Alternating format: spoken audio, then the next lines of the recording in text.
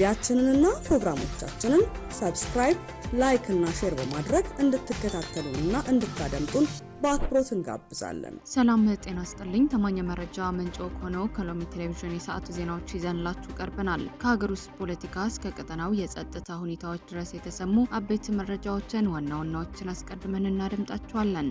ሎሚ የነገ ብሩህ ተስፋ ጽኑ መሰረት። አዲሱን የጦርነት እሳት በጋራ እንከላከል። ሳልሳዊ ወያነ ትግራይ ለአማራ ልሂቃን የፖለቲካ መሪዎች አስቸኳይ የሰላም ጥሪ አቀረበ። 2026 አሜሪካ በርካታ ሀገራት ላይ አዲስ ታሪፍ ጣለች። ሁማን ራይትስ ዎች በኩዌት ባንክ የሰፈሩት የእስራኤል ዜጎች የሚያካሂዱት ጥቃት ትልቅ እልቂት ሊያስከትል እንደሚችል አስጠነቀቀም።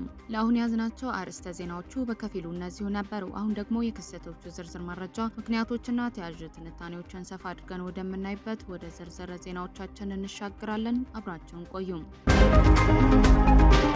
አዲሱ የጦርነት እሳት በጋራ እንከላከል። ሳልሳዊ ወያነ ትግራይ ለአማራ ልሂቃን የፖለቲካ መሪዎች አስቸኳይ የሰላም ጥሪ አቀረበም። የሳልሳዊ ወያነ ትግራይ ፓርቲ ለአማራ ልሂቃን ምሁራንና የፖለቲካ መሪዎች በጻፈው ክፍት ደብዳቤ በአሁኑ ወቅት በኢትዮጵያ መንግስት፣ በህወሓትና በሌሎች አካላት መካከል ሊቀሰቀስ የሚችለውን አዲስና አጥፊ ጦርነት በጋራ ለመከላከል የሚያስችል ታሪካዊና አስቸኳይ የሰላም ጥሪ አቀረበም። ፓርቲው መግለጫው ያወጣው በሁለት ህዝቦች መካከል ያለው ዘመናትን የተሻገረ የታሪክ ትስስርና የዘመናት ጉርብትና መነሻ በማድረግ እንደሆነ ገልጿል። በ2013 ዓ.ም የተለኮሰው ጦርነት ካስከተለው መጠነ ሰፊ ሰብአዊ ማህበራዊ ውድመት ገና ሳናገግም አሁን ደግሞ የውጭ ኃይሎች ጭምር ይሳተፉበታል ተብሎ የሚገመተው አዲስ የጦርነት እሳት ለመተኮስ ጫፍ ላይ መድረሱን ጠቁሟል። ሊቀሰቀስ የሚችለው አደጋ ጦርነት መላዋን ኢትዮጵያ ወደ ለየለት ጥፋት የሚመራ ቢሆንም በተለየ ሁኔታ የአማራና የትግራይ ህዝቦች ቀጥተኛ የጦርነት አውደ ውጊያ የሚያደርግ በመሆኑ ይህንን በጋራ መከላከል የሞራል ግዴታ ነው ብለዋል።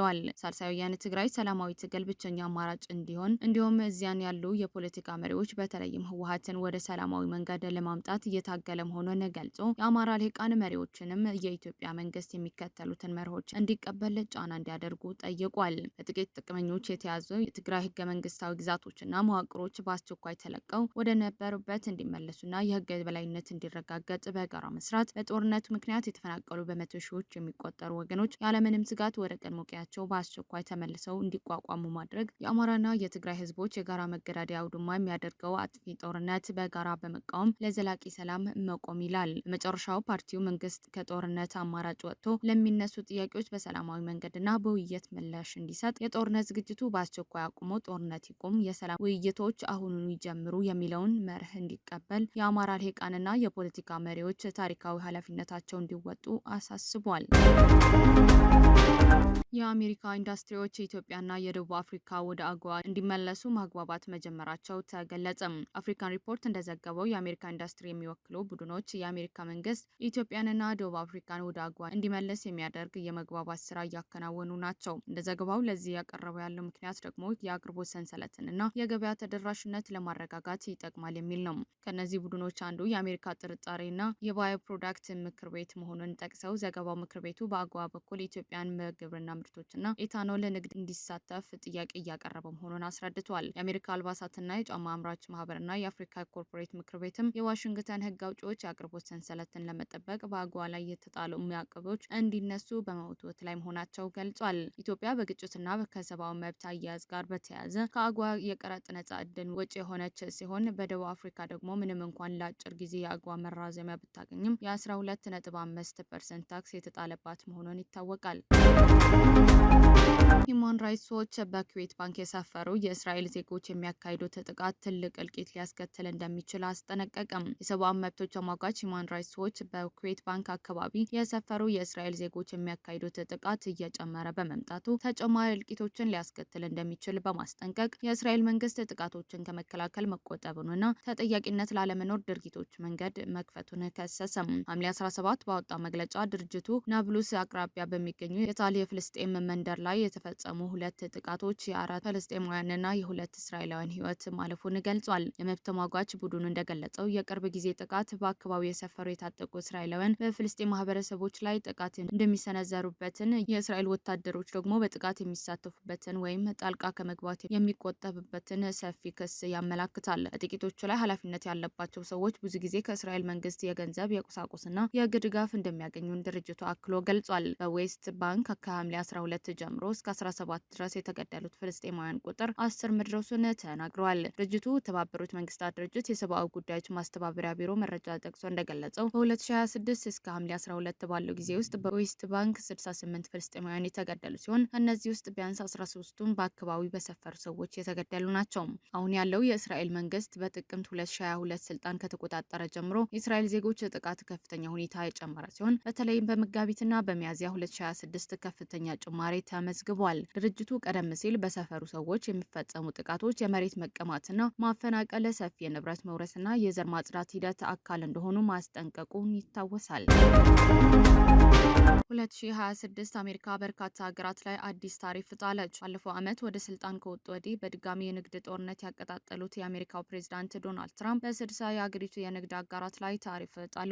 አዲስ ዙር እርምጃ የተካተቱትን የዩናይትድ ኪንግደም፣ ቻይናና አውሮፓ ህብረትን ጨምሮ በርካታ ሀገራት ወደ አሜሪካ በሚልኳቸው ምርቶች ላይ ከ10 እስከ 12.5 በመቶ የሚደርስ ቀረጥ ይጠብቃቸዋል። ወደ አሜሪካ የሚገቡ ምርቶችን ሙሉ በሚባል ደረጃ ታሪፍ ተጥሎባቸዋል። ይህ ታሪፍ ከዚህ ቀደም ትራምፕ የጣሉትንና ተፈጻሚነቱ ዛሬ አርብ የሚያበቃው ተመሳሳይ ቀረጥ ውሳኔ የሚተካ ነው። ትራምፕ ይህንን እርምጃ የወሰዱት እነዚህ ቁልፍ የኢኮኖሚ አጋሮች በጉልበት ብዝበዛን ለማስቀረት አልቻሉም በሚል ነው። አሜሪካዊቷ የኢኮኖሚ ባለሙያ ካሮሊን ፍሬውንድ ግን ለእርምጃ የቀረቡን ክስ ትራምፕ ታሪፎችን ለመጣል የሚያስችል ህጋዊ ምክንያት ለመፈለግ ሲሉ ያቀረቡት እንጂ ለግዳጅ ሰራተኛነት ሲባል የተወሰደ አይደለም ብለዋል። የአሜሪካ ጠቅላይ ፍርድ ቤት በተያዘው የአውሮፓውያኑ 2026 መጀመሪያ ባስተላለፈው ውሳኔ ከዚህ ቀደም የአደጋ ጊዜ አዋጅን በመጠቀም በዓለም አቀፍ ደረጃ የተጣለው ታሪፍ ህገወጥ እንደሆነ ገልጾ ነበር። ዋይት ሀውስ ባለፈው ወር ላይ የጉልበት ብዝበዛን ለማስቆም በቂ ስራ አልተከናወነም የሚል ስጋት በማንሳት ከ10 እስከ 12.5 በመቶ ቀረጥ እንዲጣል ሀሳብ አቅርቦ ነበር። የአሜሪካ ንግድ መስሪያ ቤት ተወካይ ጄሚሰን ግሪል የዛሬው እርምጃ የሰብአዊ መብት ጥሰትና አሳሳች የንግድ ልምምድ ላይ የሚታየው ችግር ማስተካከል እንደሚጀምር ተናግረዋል። እነዚህ ምክንያት በሁሉም ቦታ የሚገኙ ሰራተኞች ደህንነት ያሻሽላል ብለዋል። አዲስ ቀረጥ በ60 አሜሪካን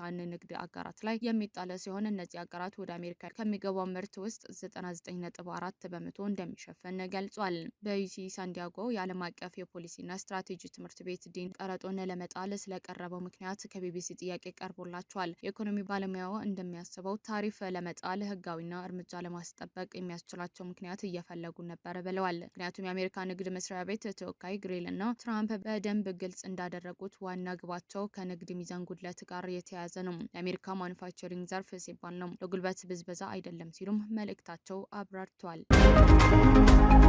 ትራምፕ የታገደው የኢራን ሀብት ጥቃት የተፈጸመባቸው መርከቦችን ለመጠገን እንደሚውሉ ተናገሩ።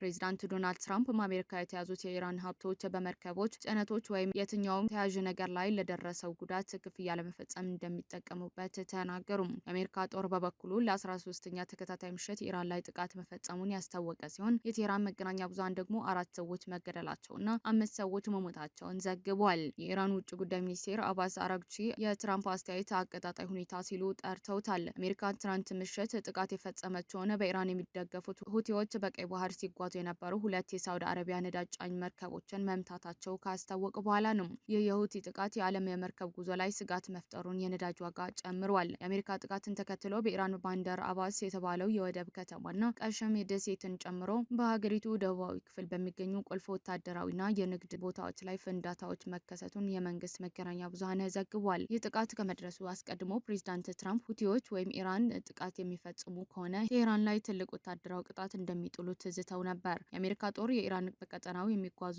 ሲቪሊያን መርከቦች ላይ ስጋት የመጣል አቅም ለማዳከም ያለመ ጥቃት መፈጸሙን ገልጿል። የአሜሪካ ማዕከላዊ እዝ ባወጣው መግለጫ የኢራን ወታደራዊ እዝ ማዕከላትን፣ የድሮን ማከማቻዎችን፣ የኮሚኒኬሽን ኔትወርኮችን፣ የባህር ዳርቻ የክትትል ስፍራዎች እንዲሁም የባህር ኃይል አቅሞችን ኢላማ ማድረጉን አስታውቋል። አሜሪካ በሆርሙዝ ወሽመጥ ላይ የነበራትን ቁጥጥር መልሳ ለማግኘት ግፊት እያደረገች ባለችበት በዚህ ወቅት በኢራን የሚደገፉት ሁቲዎች በቀይ ባህር በኩል የሚደረግ የመርከብ ጉዞ ላይ አዲስ ስጋት ደቅኗል። ይህንን ተከትሎ የነዳጅ ዋጋ ከግንቦት ወዲህ ለመጀመሪያ ጊዜ በበርሜል $100 ተሻግሯል። የቀጠናው ውጥረት በቀጠለበት ሁኔታ ፕሬዚዳንት ትራምፕ መርከቦችና ጭነት ላይ ለደረሰው ጉዳት የሚደርስ ካሳ አሜሪካ ከእጇ የሚገኘውና የምትቆጣጠረው የኢራን መጠን ገንዘብ እንደሚከፈል ተናግሯል። ለዚህ የሚውለው የገንዘብ መጠንም እጅግ ከፍተኛ ሊሆን እንደሚችል ገልጿል። ለዚህ የትራምፕ አስተያየት በጽሁፍ ምላሽ የሰጡት የኢራን ውጭ ጉዳይ ሚኒስቴር በዚህ አይነት ገንዘቦች የሚደሰቱ ወይም የሚያተርፉ አካላት ማስታወስ ያለባቸው መንግስታት አንድ ንብረት መውረስን ከተለማመዱ በኋላ የማንንም ሀብት ደህንነቱን የተጠበቀ እንደማይሆን ነው ብለዋል። ተከትሎም የሚመጣው ቀውስ ያማረ ወይም ሰላማዊ አይሆንም ሲሉም አስጠንቅቋል። ውድ የሎሚ ቴሌቪዥን ተከታታዮች ለዛሬ ያዝናቸው አበይት መረጃዎችንና ትንታኔዎችን እነዚህ ይመስሉ ነበር። በዜናዎቻችን ላይ ያላችሁ ማንኛውም አስተያየት በኮሜንት መስጫው ላይ እንድታጋሩን እንጋብዛችኋለን። መረጃዎችን በፍጥነትና በታማኝነት ለሌሎችም እንዲደርሱ ቪዲዮን ላይክና ሼር ማድረጋችሁን እንዳትረሱ። በየሰዓቱ የሚወጡ አዳዲስና ትኩስ መረጃዎችን ለማግኘት ደግሞ ቻናላችንን አሁንኑ ሰብስክራይብ ያድርጉም። ቀሪውን ጊዜ ሰላማዊና መልካም ጊዜ ይሁንላችሁ።